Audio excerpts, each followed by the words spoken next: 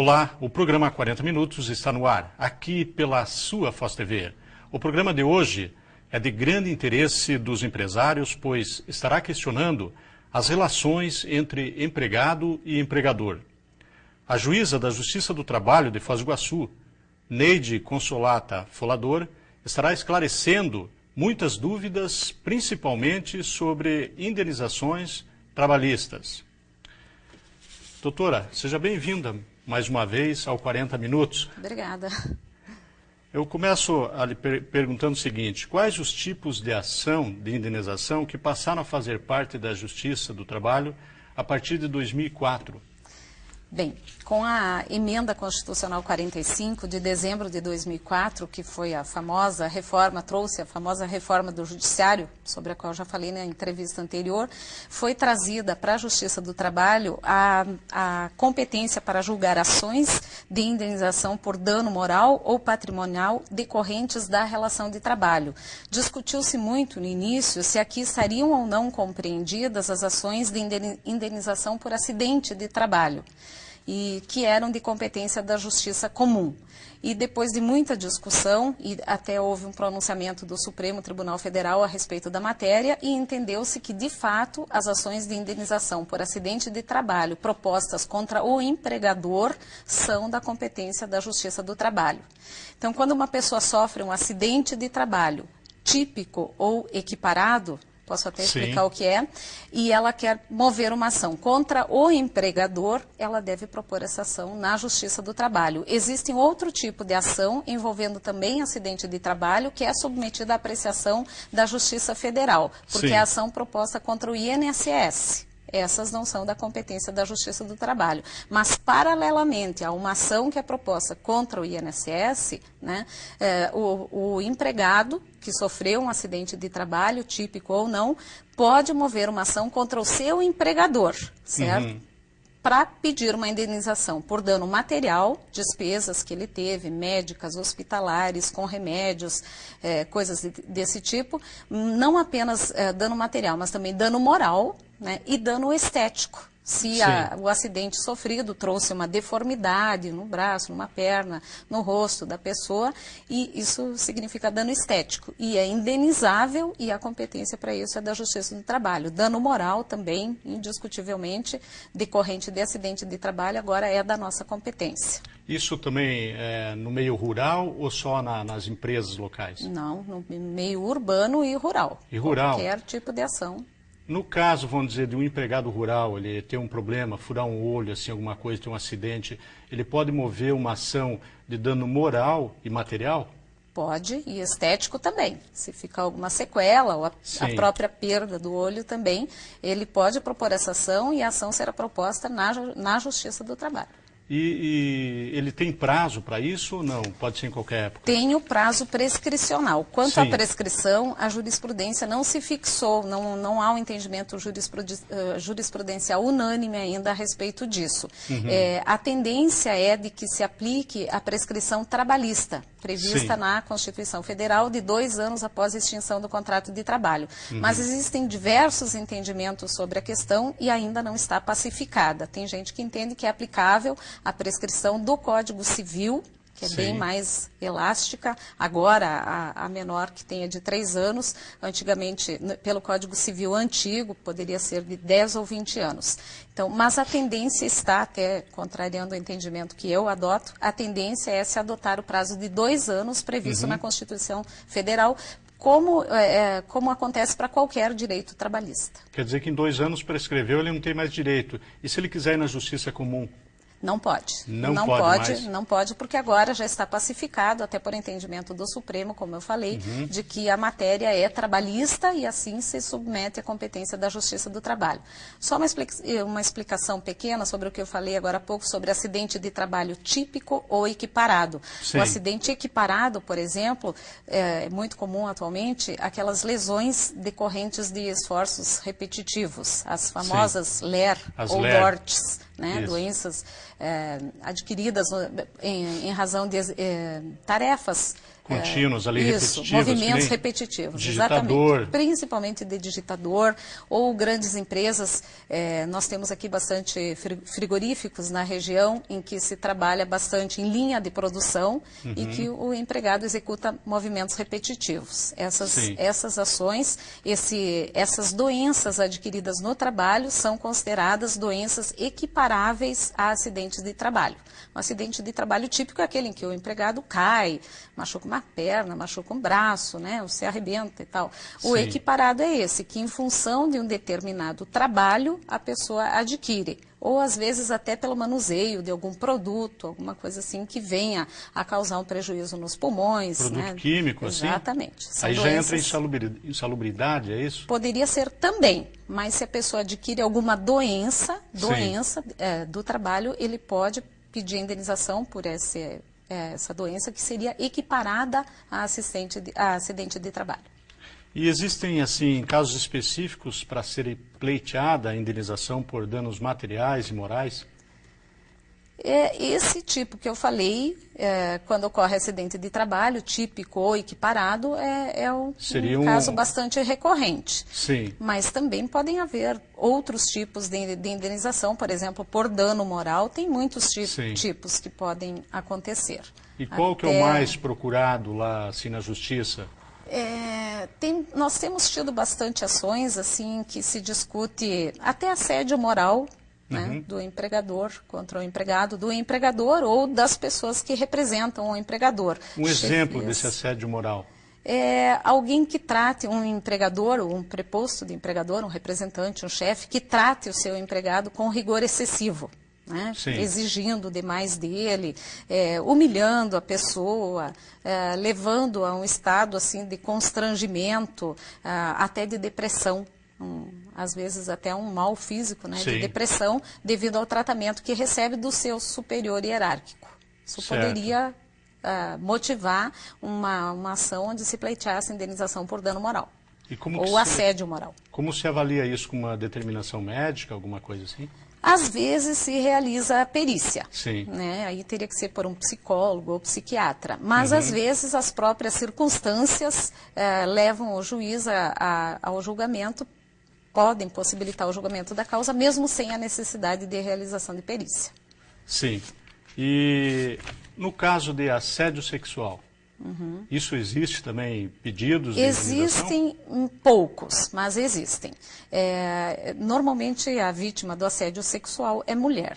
E eu acho até que existem muito mais casos do que os que são levados à apreciação da Justiça do Trabalho. Mas o homem também pode... Pode ser vítima, né? Quem não assistiu o filme lá com o Michael Douglas, né? Sim. Mas o mais comum mesmo é que ocorra com mulheres. E eu me lembro de muito poucos casos já levados ao conhecimento da Justiça do Trabalho aqui em Foz do Iguaçu. E imagino que aconteçam muitos casos além desses, mas que por vergonha, por pudor, as mulheres acabam não denunciando. Né? Mas tiveram poucos casos em Foz do Iguaçu, que nem a senhora falou. Muito poucos. Normalmente correm em segredo de justiça, porque são situações constrangedoras até, que as pessoas não podem se expor assim. Então, o processo corre em segredo de justiça e é acessível só às partes e aos seus advogados. E ao juiz e aos funcionários, claro. Claro. Nós observamos agora, com a era da informática, assim, muita utilização de salas de bate-papo, internet. Isso aí depende de acordo com a empresa? Existe uma questão relacionada à violação, né, de correspondência eletrônica. Que tem o e-mail. Exatamente. E se discute se o empregador poderia entrar, né, por meios que ele pode... acessar as correspondências do empregado e se certificar de que a pessoa estaria utilizando do computador da empresa, do equipamento da empresa, para receber correspondências particulares, enviar correspondências particulares e muitas vezes até para acessar sites que não têm nada a ver com o trabalho. Sim. Então é bastante discutido se o empregador poderia violar né, o sigilo de correspondência do empregado, que também a caixa postal do empregado também seria protegida por esse sigilo que a Constituição protege. Mas se discute muito se o empregador pode acessar essa caixa postal do empregado e se com isso estaria ou não infringindo um dispositivo da Constituição que assegura o sigilo de correspondência. Quanto a isso também há decisões nos dois sentidos. Tem Mas gente não tem que nada entende... definido. Não, eu volto a dizer, em direito nada é matemático, né? Sim. Tudo comporta diferentes interpretações e essa matéria é bastante nova, porque esse meio de comunicação também é recente e tem decisões assim para ambos os lados. Tem entendimentos de juízes que entendem que a correspondência pode ser correspondência eletrônica do trabalho, o e-mail do empregado do trabalho pode ser acessado pelo empregador e outros que entendem que não. Os que entendem que não pode ser acessado, se isso acontecer e ficar provado, deferem indenização por dano moral, por qualquer prejuízo, até material, seu empregado teve. Tá bom, doutora. Nós vamos para o intervalo comercial e voltaremos logo em seguida com o programa 40 Minutos.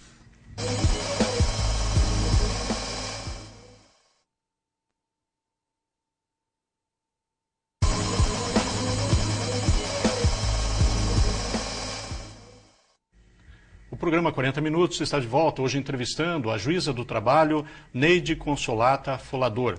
Doutora Neide, no caso de assédio sexual, isso tem maneira de ser provada ou só a palavra do funcionário ou da funcionária já tem valor? No direito brasileiro não se admite a palavra da pessoa como prova.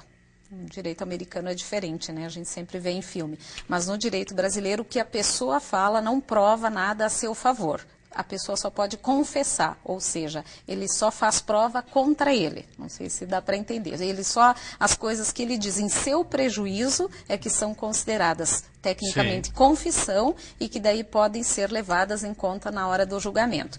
No caso específico de assédio sexual é uma prova muito difícil, porque normalmente isso acontece entre quatro paredes, né? Em lugares em que não há testemunhas. A prova documental é muito difícil, a prova testemunhal também é difícil, exceto se a situação acontecer, por exemplo, com mais de uma empregada.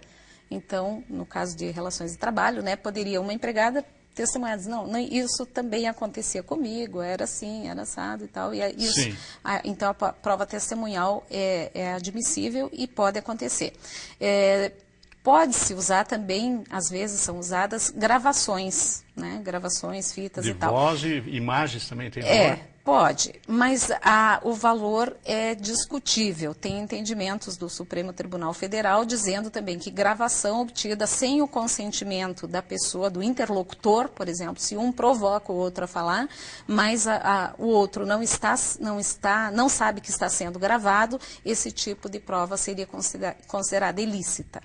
Mas competem do juiz arbitrar isso, não no caso de ver se... O juiz pode pesar esse tipo de prova e considerar ou não no julgamento. Mas eu volto a dizer que esse tipo de ação, primeiro, pelo próprio pudor da vítima do assédio sexual e segundo, pela dificuldade de prova, eu acho que essas ações são muito pouco levadas ao conhecimento do judiciário. Porque pode ser provocado também, até pelo próprio interessado ali. Também. Nesse caso. Você pode estimular a pessoa a falar o que não queria, né? Sim. A senhora falou que palavra não tem valor, mas eu vou entrar nesse mérito daqui a pouco com a hipossuficiência do empregado, que eu gostaria que explicasse. Mas antes eu gostaria que a senhora falasse sobre o que é o jus postulandi. Tá. Esse até foi um tema que eu pedi para o Heitor colocar na entrevista, porque acontece seguidamente na Justiça do Trabalho de uma das partes comparecer desacompanhada de advogado. Por que isso acontece? Porque a lei permite. Na Justiça do Trabalho, assim como nos juizados especiais, a parte pode comparecer em juízo pessoalmente, ou seja, sem acompanhamento de advogado. Mas isso é uma lei nova? Não, antiga, da CLT, 1943. De 43. Que diz o artigo 839. A reclamação poderá ser apresentada pelos empregados e empregadores pessoalmente ou por seus representantes. Então, a parte pode, na Justiça do Trabalho, comparecer desacompanhada de advogado. Tanto o empregado, né, né, o Sim. reclamante, quanto o empregador. Como dificilmente acontece de um empregado fazer uma reclamação pessoalmente na Justiça do Trabalho. O empregado que quer levar o seu empregador à justiça, reclamando seus direitos, evidentemente procura um profissional para saber descobrir tudo aquilo a que tem direito. Então, normalmente, os empregados comparecem acompanhados de advogado. O que acontece comumente é de um empregador, às vezes desavisado e muitas vezes por não ter condições financeiras de contratar um advogado, acontece de aparecer na sala de audiências sozinho, sem ter conhecimento técnico de direito, acaba não fazendo um acordo, acaba fazendo uma defesa torta, não abordando tudo que deveria abordar, não contestando tudo que deveria contestar, e isso causa enormes prejuízos ao empregador. Ele acaba sendo condenado a pagar muitas vezes coisas que já foram quitadas e muitas matérias acabam ficando incontroversas, porque o que tem que fazer o reclamado quando comparece na justiça? Tem que contestar os pedidos que estão feitos na petição inicial. E isso é feito de uma forma técnica, né? Eu sempre falo que não é por acaso que se passa 5 anos numa faculdade de Direito aprendendo a fazer essas peças processuais. Aí o empregador chega lá sozinho e tem que fazer, a gente oportuniza o oferecimento da contestação em 20 minutos. Aí a pessoa começa assim, eu não devo nada porque eu paguei tudo, porque ele não tem direito a nada, ele sabe disso e tal. Não é assim que tem que ser apresentada uma contestação. Cada pedido feito na petição inicial merece ser contestado, né, com os argumentos e com as provas que o empregador tiver em seu poder. Então, o ius postulandi, que está aqui na CLT desde 1943, pode até ter uma intenção nobre, né? Facultar o comparecimento à Justiça do Trabalho desacompanhado de advogado. Na prática, acaba trazendo enormes prejuízos para quem se utiliza dele. E normalmente são empregadores, pequenos empregadores que não têm condições de pagar os honorários de um advogado. Então, eu aconselho a essas pessoas que não façam isso, que procurem um advogado, alguém que cobre só no final do processo, ou que procurem algum amigo, algum parente, um estudante de direito que conhece e que ajude a pessoa a fazer a contestação por escrito e ela chega na sala de audiências, até pode chegar desacompanhada de advogado, mas terá a sua contestação num papel para oferecer ao juiz, com a abordagem técnica que deve ter. Existem escritórios modelo em algumas faculdades de Direito aqui de Foz do Iguaçu, onde eu tenho certeza que os alunos, os estudantes se ofereceriam até para fazer isso e acredito que sem cobrar nada. E nós não podemos, na Justiça do Trabalho, nomear defensor dativo para o reclamado. Não podemos. Por quê? Por causa do ius postulandi. A lei possibilita que a pessoa compareça lá desacompanhada de advogado. Então, eu não posso, como acontece em outros ramos do judiciário, dizer, essa pessoa está desacompanhada de advogado, eu, como juiz, vou nomear-lhe um defensor dativo. Não tem promotor de justiça ali para defender o... Para esse, não é o promotor, não seria o promotor, mas é o defensor dativo, isso. Não existe essa figura na Justiça do Trabalho por causa deste bendito ius postulandi, que, quando utilizado, traz muitos prejuízos ao empregador. E isso é muito comum na Justiça do Trabalho. E a senhora, como juíza, quando vê o empresário ali que ele está decaindo e tal, está perdendo a questão e falando coisas, não pode orientar, não pode fazer nada. Não podemos, porque o juiz tem que ser neutro. Ele não pode, se ele ensinar o reclamado ali, o patrão, que está desacompanhado de advogado, se ele ensinar como fazer a defesa, ele estará tomando partido, né? Não está sendo isento.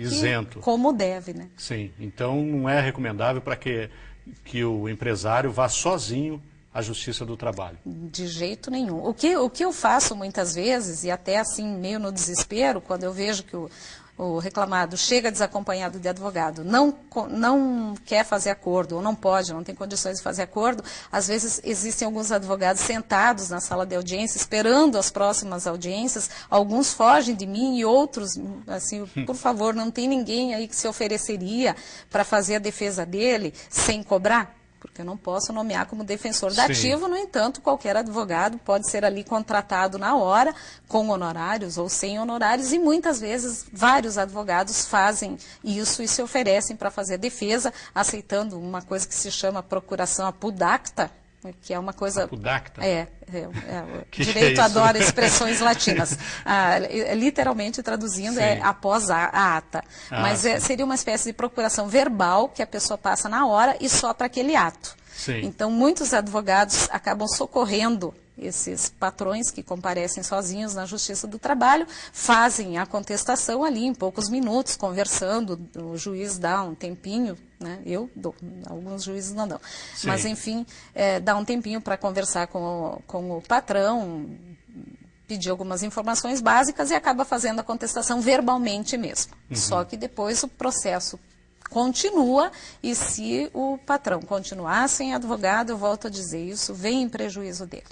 É o que tem acontecido muito aqui ou está mais ou menos... Olha, não dá para dizer assim que acontece com muita frequência. Eu faço audiências bipartidas, acho que eu falei até no programa anterior, Sim. em que uma é a audiência inicial, só para oferecimento de contestação e apresentação de defesa. Nesse dia, as audiências são bem curtinhas, de 5 em 5 minutos. Normalmente são incluídos entre 30 e 35 processos, mas um empregador, desses 30, 35 processos, normalmente um empregador aparece lá sem advogado. Tá bom, doutora Neide, nós vamos para mais um intervalo comercial e voltaremos logo em seguida com o programa 40 Minutos.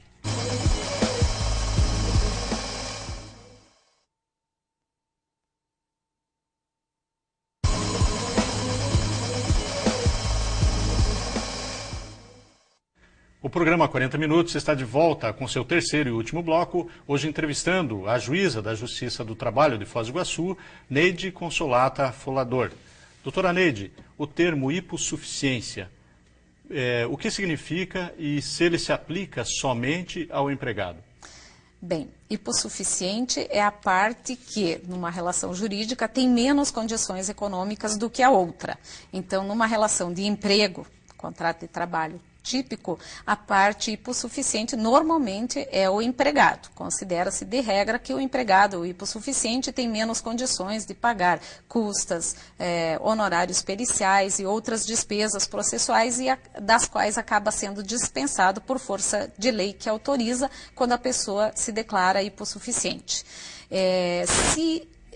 A questão, se aplica a expressão ou se esta expressão poderia trazer algum benefício ao empregador, é uma questão muito controvertida também. Uma parte pequena da jurisprudência entende que, se comprovado que um pequeno empregador também não tem condições econômicas de continuar no processo e tal, concederia a ela os benefícios da assistência judiciária gratuita. E na Justiça do Trabalho a questão é interessante porque, para fazer um recurso, quando a parte está insatisfeita com a sentença do juiz de primeiro grau, para recorrer ao Tribunal Regional do Trabalho, no nosso caso lá em Curitiba, tem que fazer o chamado depósito recursal.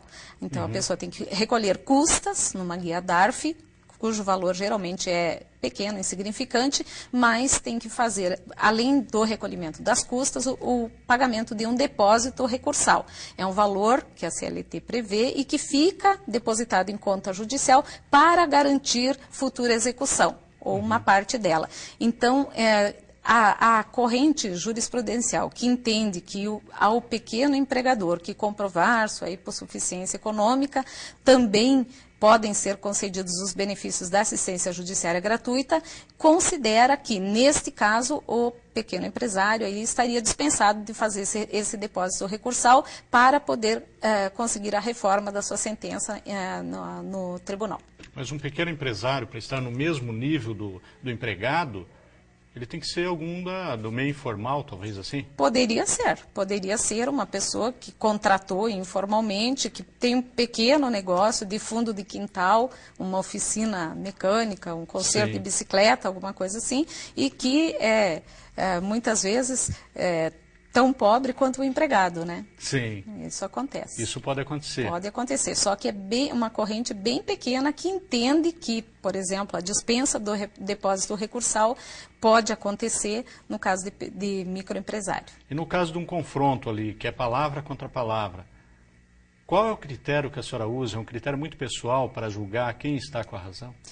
Olha, o juiz julga com base nas provas, e como eu falei antes, as partes, o depoimento delas só vale naquilo em que lhes prejudica. Então, Sim. o autor, quando presta depoimento, confessa, o reclamado, quando presta depoimento, também pode confessar.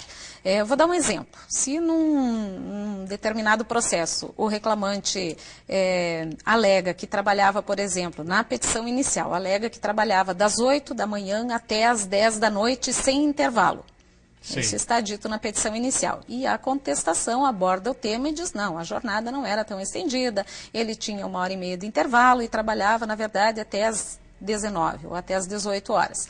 Ao inquirir, ao interrogar o reclamante, e se essa pessoa entregar, digamos assim, né, confessar, tecnicamente falando, que trabalhava até as 18, isso vai ser considerado pelo juiz, porque aquele depoimento veio Sim. em prejuízo da pessoa. Isso é o que se chama tecnicamente de confissão. Então, tanto o empregado quanto o empregador podem confessar. Num processo em que se discute, por exemplo, se o empregado foi dispensado, né, mandado embora pelo empregador, ou se ele se demitiu, o empregador, o preposto, ao prestar depoimento, acaba dizendo, não, ele foi mandado embora mesmo, isso é uma confissão. Já. Aquela matéria deixa de ser controvertida e a confissão do preposto vem em prejuízo da empresa e se considera, então, que o empregado foi dispensado. Prevalece o que ele falou ali, né? Ele falou porque tem força de confissão, inclusive dispensando prova testemunhal. Sim. Caso nenhuma das partes confesse nada, passa-se, então, a analisar prova documental e a produzir prova testemunhal para o juiz poder julgar a matéria controvertida. Sim. Na falta de baixa numa carteira de trabalho, impede a contratação para que vamos dizer assim, o empresário possa contratar o empregado? Isso é uma questão muito interessante e, por incrível que pareça, muitas pessoas na sala de audiência às vezes dizem para mim, eu tinha arrumado um emprego, mas não me contrataram porque a minha carteira aqui está com o contrato em aberto. Isso é uma besteira, qualquer pessoa pode ser contratada sem que tenha sido anotada a data de saída no contrato anterior. Se a pessoa está ali se dispondo a trabalhar e vai cumprir horário, Sim. é isso que o novo empregador precisa. E aquele contrato anterior muitas vezes está sendo discutido na Justiça do Trabalho, muitas vezes acontece de um empregador que simplesmente desapareceu e não cumpriu essa obrigação, que vai ser suprida judicialmente, mas que leva um tempo.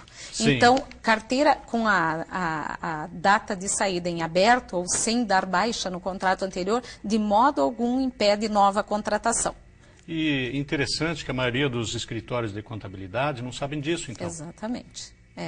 Mas os advogados sabem, é por isso que muitas consultas têm que ser feitas além do contador da empresa, Sim. também para o advogado. E seria muito interessante, aqui em Foz do Iguaçu as empresas também não têm esse hábito de fazer um tipo de advocacia preventiva e não uma advocacia só curativa, correndo Sim. atrás do prejuízo, quando vem as reclamatórias, arrumar um advogado para se defender. O que tem que arrumar é a empresa mesmo, ir aparando as arestas, consertando o que está errado com esse tipo de advocacia, que eu chamo de advocacia preventiva, muito pouco usada aqui.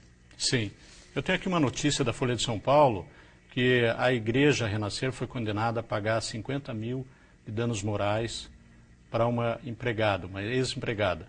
Motivo: a igreja pegou um cheque emprestado da trabalhadora com a promessa de pagá-lo assim que fosse compensado. Como não cobriu o valor, a empregada teve seu nome incluído no cadastro do SPC, tá? Além de ser cobrada no local de trabalho.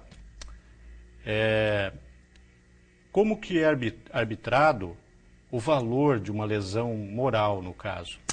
Depende muito das circunstâncias. Eu levo muito em consideração a repercussão que o fato teve.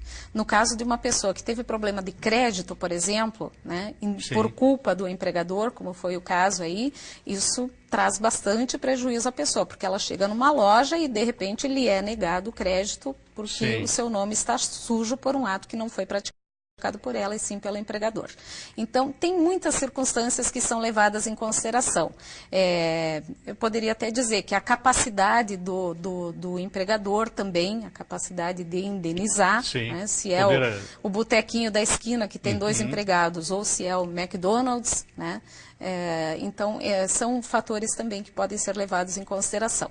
No caso, a pessoa, se ela é uma pessoa, vamos dizer, socialmente conhecida, bastante Exatamente, conhecida, isso principalmente pela repercussão que o fato teve, como eu falei. Se fica assim só em casa, hoje me disse um empregador que numa audiência que aconteceu a mesma coisa com ele, parece que a empresa utilizou cartão de crédito dele, alguma coisa assim, e ele disse que quase apanhou da patroa.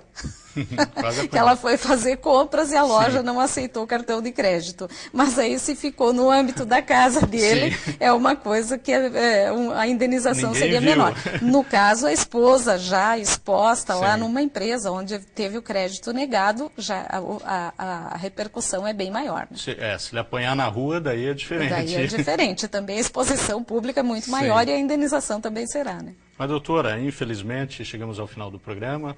O tema é muito amplo e agradecemos sua presença em nosso programa. Já estou ficando assídua, né? Sim, é a segunda vez. E eu acho que o tema é muito interessante, interessa tanto para empregado quanto para empregador. Então, agradeço mais uma vez e seja bem-vinda. Agradeço a oportunidade também. Acho que cada coisa que se esclarece aqui, se servir um pouquinho assim para esclarecer a empregados e a empregadores, sempre o resultado é positivo. Mas sem dúvida, é um tema aí que está sendo debatido constantemente. E o programa 40 Minutos termina aqui. Obrigado pela teleaudiência e um teleabraço para você.